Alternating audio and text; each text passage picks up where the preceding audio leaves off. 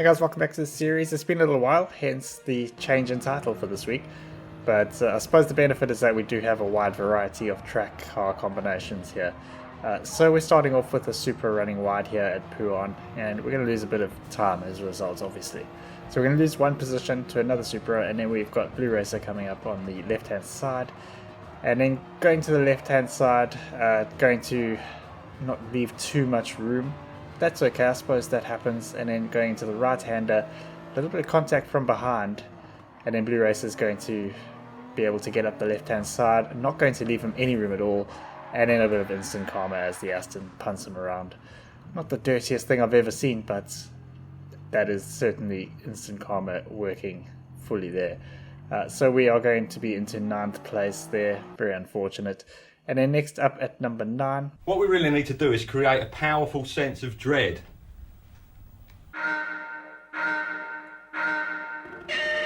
Now the Gran Turismo race starting sounds are not necessarily creating dread on their own, but when you're in these cars, I would say it's going to create a bit of dread, at least for me.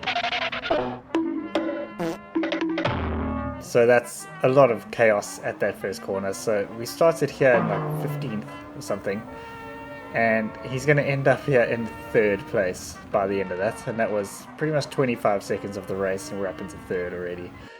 And then next up at 8, we are moving to, well, the same race actually, and just pay attention to that name because you are going to see it again later on. It's the first time I've ever seen that name, but certainly making a strong case to be appearing a few times in this series in the future. So lost a bit of positions here as we go into the first corner. 777s actually saw that coming. Very well done to him to avoid that. And then not going to try and leave much room to 777s, but actually he is not going to affect him at all. And 777s is going to manage to get past, going to get punted from behind. And then this is a really bad place to try and crash someone, because chances are when you turn left there, you're only going to crash yourself out, as he's managed to do, and creates a bit of a smoke storm. And then jumping to number 7, we are changing track. We are going to be going to Bathurst, which is often a chaotic thing. We've already had a car crash into the inside wall there. Things are going to get very tight as we get to the top of the mountain here, and that's always going to spell doom unless guys are very capable. But we are going to have... that is not a good position to be in. I've got to just say that. So definitely could have avoided that.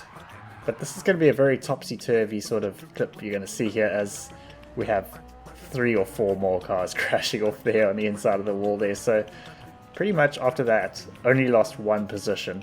So that's remarkable in itself. And then going to manage to sort of sneak our way past again, getting very close to cars as just the nature of things, I suppose. And I think we are actually up 1 position after all of that. But it's going to be short-lived because the other Ferrari crashed into the wall, so lost a bit of speed there. We're down into 13th place, back up to 12th, so again, topsy-turvy. Looking to get past that Ferrari again as we go through the left-hander, and the Silvia's gone off, crashed into the Ferrari, and Sativa has spun around again, so he's going to end up actually, after all of that, in the last place, but going to take it pretty well because he's not going to attempt to crash anyone off, which is what you should do if you're in that situation, no matter how frustrated you are.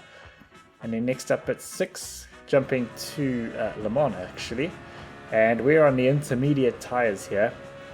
No one else is on the inters, everyone else is on the mediums, and let's just see how that's going to work out. Well, the rain has started at the first corner, so pretty well actually. Let's just see how things are going to work out. So that is going to be 1 position gained, just about there, yep. And then now the rot is really going to start, as cars are going to be littering the side of the track, and actually the middle of the track at times. So still holding on 10th place, but that's going to change very quickly, because now down, or up should I say, into 7th place. Bunch of cars going to crash off through that corner, and now we're up into 4th already. 3rd place, McLaren is gone, pretty much on a straight line. Same thing's going to happen to the leader. We're up into 1st place. Beautiful stuff. And starting the top 5, we're staying on the same race actually. Now Pineapple definitely pushed that guy wide, but Pineapple is not in the Lexus, so that's what you get for trying to take out an innocent car. And he's pretty much made an enemy for life here. So let's just have a look as we go up to the Forged Canes. Dodge this, you bastard! So he's remembered that, and he's going to punt him into the wall. I mean, that could have been 6th place at the worst, I think. But it's going to be 8th at the moment. Make that 9th. And the Lexus has not forgotten. Definitely holding a grudge here. Going to shove him off. Sacrifice his own race for that as well. And we're going to be down into 12th by the end of this. So, yeah, sometimes just avoid trying to get revenge on especially someone who's done nothing. So, finishing in 12th, not a great showing. And then next up at 4, this was bound to happen. This race was going to appear at some point. So, we have the end of the race coming up. It's a straight line. What could possibly go wrong? Well, for 4 cars, quite a bit has gone wrong. Let's have a look. That is straight into the pit wall. And let's just have a look at that from one more car's perspective, from a pretty much a likely race camera. So we're trying to get into the slipstream here, and not going to quite notice the pit wall crash there, but not going to be the only one he's crashed. I suppose that was a bit of comfort. And then starting the top 3, we're moving to Fuji, a much slower race this one. So we're going into the right-hander. It's a bad error, but it is an error nonetheless. However, he didn't really make any effort to give the position back, and the game didn't make any effort to give him a penalty. So we're going to take matters into our own hands here, and that is pretty dismal. I mean, he had all the time in the world to line that up. He could have waited another 8 laps to get his chance at revenge, but not managed to do so. And then just missing out the number 1 spot, the slowest of all races. We are moving to... I haven't played this game for so long, I can't even remember the name of the track. It's Alsace, that's the one. So we are cutting a corner here.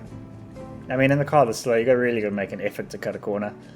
And that is a half-second penalty as a result. We are doing the GTA 4 camera angle here just because it looks so bad with the normal angle.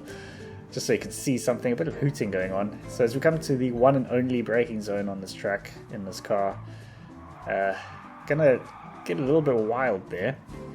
And I think he doesn't really like Ferraris. He is obviously a Max Verstappen fan. He has got Max in his name, he has got the Red Bull livery on, and he's taking out anything that's red. So I think that's what's going on here. Jumping ahead to lap 3, 2 more red vans coming up, gonna shove them both off. One of the vans is going to end up in a favourable position later on the final lap. This is just beautiful stuff. As we come into the uphill section, just going to shove him into the wall. Wonderful. And he's actually going to end up, well, before he gets to last place, I think he's going to quit the race. Wonderful stuff. And then taking the number 1 spot, I told you you'd see his name again. Well, here it is. Back to Le Mans.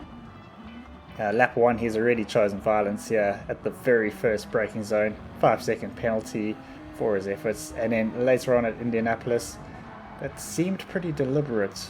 And not going to get a penalty for it, unfortunately. But Vanderbust here is going to manage to avoid any potential mishaps with him. So he's going to serve his 5-second penalty here. And it's not going to be Vanderbust's problem anymore. Just walk away. You can put a stop to all this. Just walk away, and we will spare your lives.